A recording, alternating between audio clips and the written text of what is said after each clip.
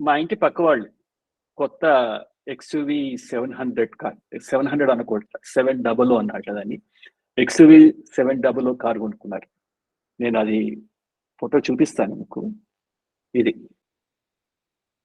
వాళ్ళు కొత్త కారు కొనుక్కుని పార్కింగ్ లో పార్క్ చేసుకున్నారు. పూజ కూడా అయిందో లేదో తెలీదు, కానీ 1-2 రోజుల వ్యవధిలోనే ఆ బానెట్ ను రూఫ్ ధ్వంసం అయిపోయాయి.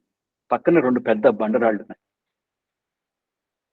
కొన్ని 2-3 రోజుల తర్వాత తెలిసింది ఈ ఈ పని మా సొసైటీలోనే ఉన్న 10-15 ఏళ్ల మధ్యలో ఉన్న 2 అబ్బాయిలు చేశారు.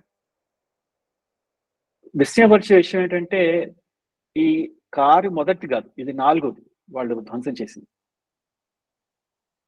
మామూలుగా మధ్యతరగతి వారు ఏమనుకుంటామంటే ఇటువంటి ఆకతాయి పనులు పేద వర్గాలు లేదా అత్యంత ధనిక వర్గాల పిల్లలే చేస్తారని. కానీ మా సొసైటీలో ఉంటూ మనలాంటి వారిలోనే పిల్లలే ఈ పని చేశారనేది విషయం కొంచెం ఆశ్చర్యం కలిగించింది.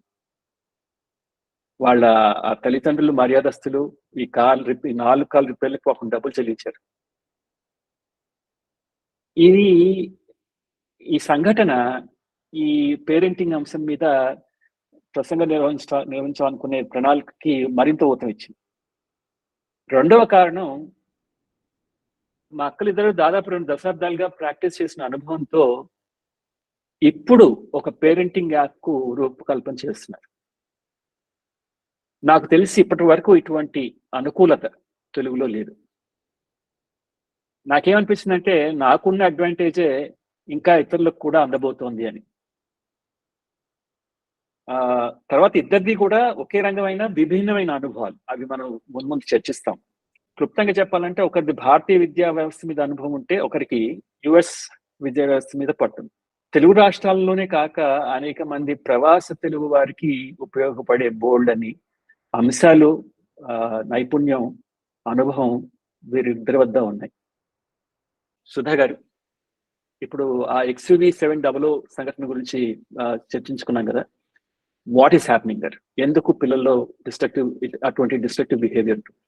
థ్యాంక్ యూ కిరణ్, అందరికీ స్వాగతం. మళ్ళీ ఇందాక మీరు అన్నట్టుగా ధనిక వర్గాల్లోనూ పేద వర్గాల్లోనూ ఇలాంటి బిహేవియర్స్ కాకుండా ప్రతి సామాన్య కుటుంబంలో కూడా పిల్లలది ఏదో ఒక ప్రవర్తన మనం చూస్తూ ఉన్నాం. తల్లిదండ్రుల విషయంలో మనం పెద్దగా కొంచెం టెన్షన్ పడే విషయాలు. దీనికంతా ఫస్ట్ అర్థం చేసుకోవాల్సింది, ఫస్ట్ బిహేవియర్ అంటే ఏంటి అంటే ప్రవర్తన, చర్య ఎందుకు చేస్తాం? ఎవరైనా ఒక చర్య ఎందుకు చేస్తాం అంటే దానికి ఏదో వెనకాల ఒక కారణం లేకుండా ఎవరో చర్యలు చేయం, ఎవరో పనులు చేయం. సో పిల్లల విషయానికి వస్తే ఎందుకు వాళ్ళు ఇలాంటి ప్రవర్తనలు లేకపోతే ఏదైనా ప్రవర్తన ఎందుకు చేస్తారని ఒక బ్రాడ్ గా మనం కనుక ఆలోచించామంటే ఫస్ట్ దాంట్లో ఏంటంటే వాళ్ళ అవసరాలు తీర్చుకోవడానికి ఒక బిహేవియర్, ఒక ప్రవర్తన వాళ్ళు తెలియపరచటం. చిన్న పిల్లలు చూసారనుకోండి, సంవత్సరం లోపల పిల్లల్ని నేను మాట్లాడుతున్నాను. సో వాళ్ళు మామూలుగా ఒక పిల్లవాడు అమ్మాయి ఏడ్చారనుకోండి, ఏడిస్తే తల్లి వెంటనే వెళ్ళి వీళ్ళకి ఆకలిస్తోందేమో అన్న ఒక సైన్ వస్తుంది. అంటే వాళ్ళ అవసరాలని వాళ్ళు ప్రవర్తన పరంగా ఏడ్చి తెలుపుతున్నారనమాట. ఇదొక ప్రవర్తన. ఇదేంటి, వాళ్ళ అవసరాలు తెచ్చుకోవడానికి కోసం అని ఒక ప్రవర్తన. ఇంకొక ప్రవర్తన ఇందులో ఇది కారణం ఏమై ఉంటుందంటే అటెన్షన్ కోసం. అది మామూలుగా సాధారణంగా చూసేది పిల్లల్లో, చిన్న పిల్లల్లో అటెన్షన్ చూస్తాం కదా. అది మనం ఒక్కొక్కసారి వాళ్ళు చేసే చేష్టలకి మనకు అది చిలిపిగా చేస్తున్నారు అని అనుకుంటాం మనం మామూలుగా. ఇలాంటి విషయంలో ఒకటి ఎగ్జాంపుల్ చెప్పాలంటే నాకు 2 అబ్బాయిలు ఉన్నారు. సో మా చిన్నవాడు 3.5 ఏళ్ళు 4 ఏళ్ల వయసప్పుడు పక్కన మా తోడుకోడలు వాళ్ళ ఇంటికి వెళ్ళి అక్కడ వాష్ బేసిన్ పైన టూత్ పేస్ట్ పెట్టుంటే అది టూత్ పేస్ట్ మొత్తం పిండేసి ఆ వాష్ బేసిన్ అంతా పులిమేసి వచ్చేసేవాడు ఎవరు లేని సమయంలో. వెళ్ళి ఏంటి అని చూస్తే మా తోడుకోలు క్లాత్ చూసి నాకు చెప్తుంటే, వీడేం చేశాడో చూసావా అంటే చెప్తుంటే, నేను మందలించబోతుంటే ఎందుకు అలా చేసావాలంటే వాడు తప్ప ఎవరు చేస్తారు, చిన్నపిల్లాడు ఆ వయసులో వాడు చేయకపోతే మనం చేస్తావా అన్నాను. ఇదేంటంటే అలాంటి ప్రవర్తన అటెన్షన్ కోసం, బేసికల్ గా ఇది అటెన్షన్ కోసం అనమాట. అటెన్షన్ కోసం, ఎందుకంటే వాళ్ళ ఆమె మెచ్చుకుంది కాబట్టి వాడికి అదో పెద్ద విజయం లాగా అనిపించింది అనమాట. సో ఈ అటెన్షన్. ఇంకొకటి ఏంటంటే సెన్సరీ స్టిమ్యులేషన్ కోసం. సెన్సరీ స్టిమ్యులేషన్ కొంతమంది పిల్లలు మనం గమనించామంటే ఏదో ఒకటి చేతిలో పట్టుకుని ఉంటారు కదా అస్తమానం, లేకపోతే నోట్లో వేళ్ళు వేసుకుంటూ ఉంటారు, లేకపోతే అదే పనిగా ఊగుతూ ఉంటారు. ఇలాంటి ప్రవర్తనలు సెన్సరీ స్టిమ్యులేషన్ తోచక కొన్నిసార్లు వాళ్ళకి ఏం తోచక, ఎందుకంటే వాళ్ళు ఎంగేజ్ అవ్వని సమయంలో పెద్దవాళ్ళం అంటే మనకి పెద్ద వ్యాపకాలు బోలెడు ఉంటాయి చేయడానికి. అదే చిన్నపిల్లలంటే వాళ్ళకున్న మైండ్ సెట్ కి వాళ్ళకి తోచటానికి కాలక్షేపానికి చేసే చర్యలని సెన్సరీ స్టిమ్యులేషన్ కోసం ఇలాంటివి ఉంటాయి. ఇంకొకటి get away from the things అనేది ఎస్కేపిజం అనొచ్చు మనం. ఎస్కేపిజం అంటే తప్పించుకోవడానికి కోసం అన్నమాట కొన్ని ప్రవర్తనలు చేస్తూ ఉంటారు. ఇది అందరు తల్లిదండ్రులు చాలా వరకు ఒప్పుకునేది ఏంటంటే చదువు పరంగా వచ్చేసరికి వాళ్ళలో మీద ఒక్కొక్కళ్ళు ఒక్కొక్క క్రియేటివ్ పద్ధతిలో చూపిస్తూ ఉంటారు వాళ్ళ ప్రవర్తనలు కదా. సో ఇవన్నీ ఎస్కేపిజం లో వచ్చే బిహేవియర్స్ అన్నమాట. కానీ ఇక్కడ కిరణ్ మాట్లాడిన బిహేవియర్ గురించి ఎక్స్క్లూజివ్ గా మనం మాట్లాడుకోవాలి అంటే కనుక డిస్ట్రక్టివ్ బిహేవియర్ గురించి మనం మాట్లాడుతున్నాం. బట్ కాకపోతే డిస్ట్రక్టివ్ బిహేవియర్స్ ప్రవర్తన పరంలో మన బంధాలు చూస్తే ఒక స్పెక్ట్రమ్ లాగా చూసామంటే డిస్ట్రక్టివ్ బిహేవియర్ ఒక సైడ్ అయితే దానికి ఆపోజిట్ కంప్లీట్ గా ఉండేది విత్డ్రాయల్ సింటమ్స్. సో ఈ రేంజ్ లో మనకి పిల్లల్లో ప్రవర్తనలో మనం డిఫరెంట్ ఏజెస్ లో కనపడుతూ ఉంటాయి. ఇక్కడ డిస్ట్రక్టివ్ బిహేవియర్ కి కారణాలు ఏమై ఉంటాయి బేసికల్ గా విత్డ్రాయల్ లేకపోతే అదర్ సైడ్ పక్కన పెట్టినా దీని గురించి మనం మాట్లాడుకుంటున్నాం కాబట్టి బేసికల్ గా డిస్ట్రక్టివ్ బిహేవియర్స్ ఏమవుతాయంటే కారణాలు మనం మెయిన్ గా చూసుకున్నాం అంటే పిల్లలు getting away from the situation. ఇప్పుడు ఒక టఫ్ సిచ్యుయేషన్ లో ఉన్నారనుకోండి పిల్లలు, క్లాస్ లో నలుగురు పిల్లలు లంచ్ టైంలో మాట్లాడుకుంటూ ఉన్నప్పుడు ఏదో ఒక ఆర్గ్యుమెంట్ వస్తుంది వాళ్ళకి. ఆ ఆర్గ్యుమెంట్ వచ్చినప్పుడు అదో పెద్ద దెబ్బలాటగా మారుతుంది తర్వాత. సో బలవంతమైన పిల్లలు మిగతా వాళ్ళ మీద ఏదన్నా కాస్త దౌర్జన్యం చేయబోతుంటే వాళ్ళని తోసేసి పారిపోవడం, ఇట్లాంటివి అన్నమాట. తప్పించుకోవడం, భయపడడం, ఎస్కేపిజం, భయపడడం, అయితే వేరే వాళ్ళ నుంచి ఏమన్నా కమెంట్స్ వస్తాయేమో అన్న దీంతో తప్పించుకునే ప్రవర్తన, గెటింగ్ ఆ సిచ్యుయేషన్ నుంచి ఒక వైలెంట్ బిహేవియర్. అది వాళ్ళు కావాలని చేయరు, కాకపోతే పరిస్థితి నుంచి తప్పించుకోవడానికి చేస్తారు. ఇంకోటి రేజింగ్ సెల్ఫ్ ఎస్టీమ్. ఇప్పుడు డిస్ట్రక్టివ్ బిహేవియర్ అంటే కేవలం మనం ఆ ప్రవర్తన పరంగా చూస్తే ఒక వైలెంట్ బిహేవియరే అవ్వాలని లేదండి. సో డిస్ట్రక్టివ్ బిహేవియర్ ఏంటంటే ఒక సమాజానికి అనుకూలమైన బిహేవియర్ కానిది ఏదైనా కూడా ఒక రకమైన డిస్ట్రక్టివ్ బిహేవియరే కదా. అది ఐ థింక్ అందరూ అంగీకరిస్తారు అనుకుంటున్నాను. ఇందులో రేజింగ్ సెల్ఫ్ ఎస్టీమ్, చాలా మంది పిల్లలు క్లాస్ లో కానీ బయట కానీ గొప్పలు చెప్పుకుంటూ ఉంటారు, అబద్ధాలు చెప్తూ ఉంటారు, వాళ్ళ ఫ్యామిలీ గురించి గొప్పలు చెప్పుకుంటూ ఉంటారు. ఇదేంటంటే వాళ్ళలో ఒక గౌరవం సమాజం నుంచి అయితే గుర్తింపు రావడం కోసం చేసేది చర్యగా ఇది ఒకటి ఉంటుంది. ఇంకోటి గెయినింగ్ పొసిషన్స్ అంటే ఎలా ఉంటాయంటే ఏదన్నా క్లాస్ రూమ్ లో ఒక మంచి ఫ్యాన్సీ ఐటమ్ ఎవరైనా ఒక పిల్లవాడు తెచ్చుకునే బేసికల్ గా, ఎందుకంటే నా అనుభవం చాలా వరకు స్కూల్ పిల్లలతోటి పేరెంట్స్ తోటి ఉంది కాబట్టి నేను ఎగ్జాంపుల్స్ ఏమన్నా చెప్పినా కూడా స్కూల్ పరంగానే చెప్తున్నాను అనమాట. సో ఈ క్లాస్ రూమ్ లో ఏదైనా ఫ్యాన్సీ ఐటమ్ ఎవరైనా ఒక పిల్లాడు తెచ్చారనుకోండి, వేరే వాళ్ళకి దాని మీద మోజు ఉంటుంది. అలాంటప్పుడు అది తీసి పక్కన పెట్టుకోవడం, అది కేవలం దాన్ని ఏదో చేయాలని కాదు, దాని మీద ఒక ఆశ, ఒక ఒక ఒక ఏమనాలంటే అది కావాలి అన్న కోరిక అన్నమాట. ఆ కోరిక కోసం అది తీసి పక్కన పెట్టుకుంటారు. ఇదేంటంటే గెయినింగ్ పొజిషన్స్ కోసం చేసే బిహేవియర్. ఇంకోటి కోపం, నిరాశ, నిస్పృహ ఉంటుంది చూసారా. కోపానికి, నిరాశకి, నిస్పృహకి మధ్యలో కొంచెం కొంచెం తేడాలు ఉన్నా కూడా ఫ్రస్ట్రేషన్ కి వచ్చేసరికి ఏమవుతుందంటే అది వాళ్ళు వ్యక్తపరచలేరు, కానీ ఆ కోపం లోపల ఉంటుంది, ఆ నిరాశ లోపల ఉంటుంది. దానికి ఏమన్నా చెయ్యాలి అన్నా వాళ్ళకి ఆశ ఉంటుంది.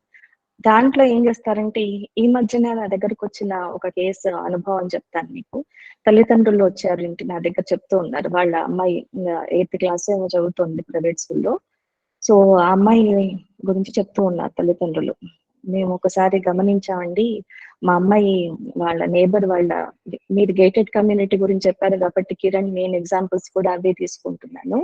సో ఆ 2 నిమ్మకాయలు తీసుకెళ్లి వాళ్ళ గుమ్మాల దగ్గర పెడుతుంది అమ్మాయి.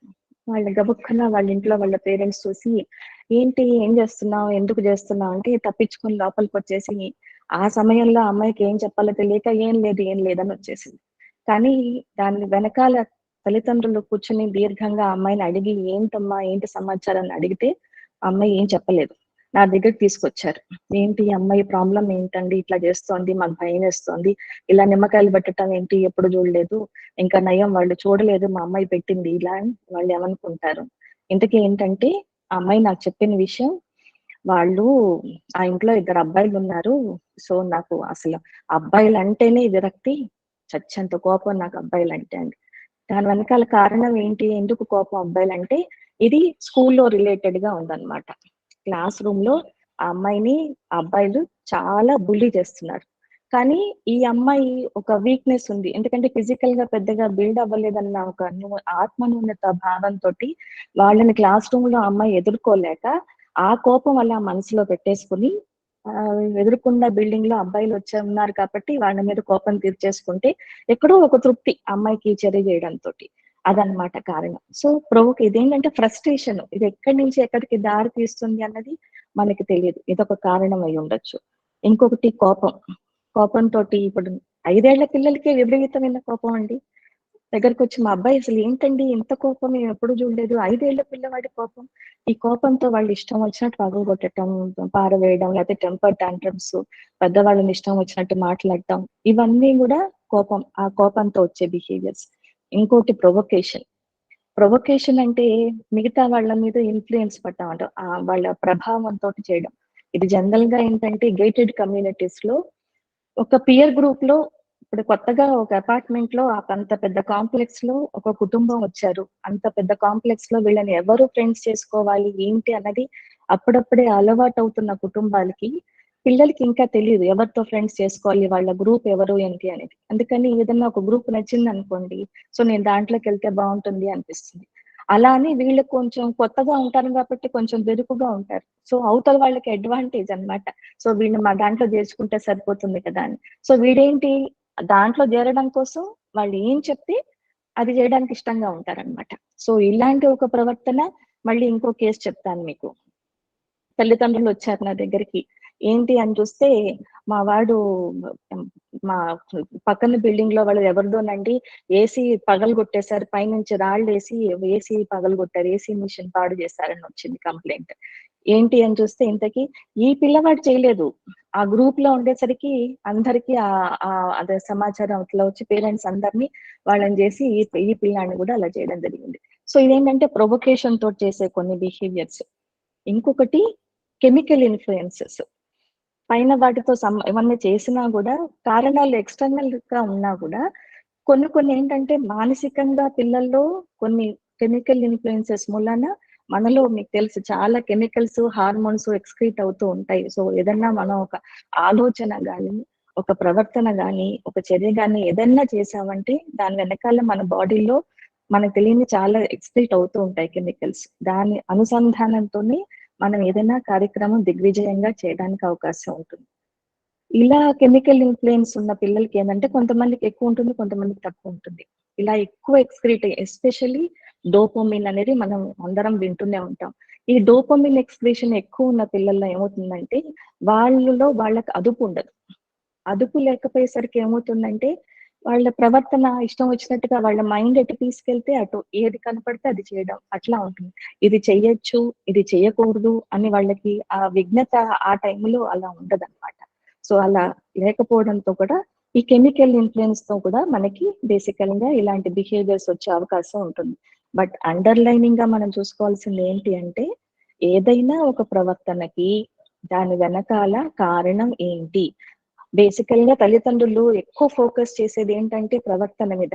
అందులో సమాజంలో ఇప్పుడు ఆ కారుదే అయిందనుకోండి, దాని వెనకాల కారణం ఏమైందో మనకు తెలియదు. బట్ కాకపోతే ఆ క్షోభ, తల్లిదండ్రులు పడే క్షోభ చూస్తుంటే అరే మా వాడు ఈ పని చేశాడే అన్న ఒక బాధ ఉంటుంది. కానీ ఎందుకు చేసుంటాడు, ఆల్రెడీ 4 కార్లు అబ్బాయి ధ్వంసం చేయగలిగారు, అబ్బాయో లేకపోతే ఆ గ్రూప్ తెలియదు మనకి. అందులో ఇప్పుడు ఇందాక మనం అనుకున్నట్టుగా అది కెమికల్ ఇన్ఫ్లుయెన్సా, ప్రొవొకేషనా, ఫ్రస్ట్రేషనా, యాంగరా, ఏంటిది అది మనం ఒక్కసారి కూర్చొని ఆలోచించాం అనుకోండి, అప్పుడు దానికి తగ్గ పరిష్కారాలు మనకి చాలా అవసరం దొరుకుతాయి అన్నమాట. ఫస్ట్ అందుకని ఇంపార్టెంట్ మనం దాని వెనకాల కారణం తెలుసుకోవడానికి ఒక ప్రయత్నం చేయటం.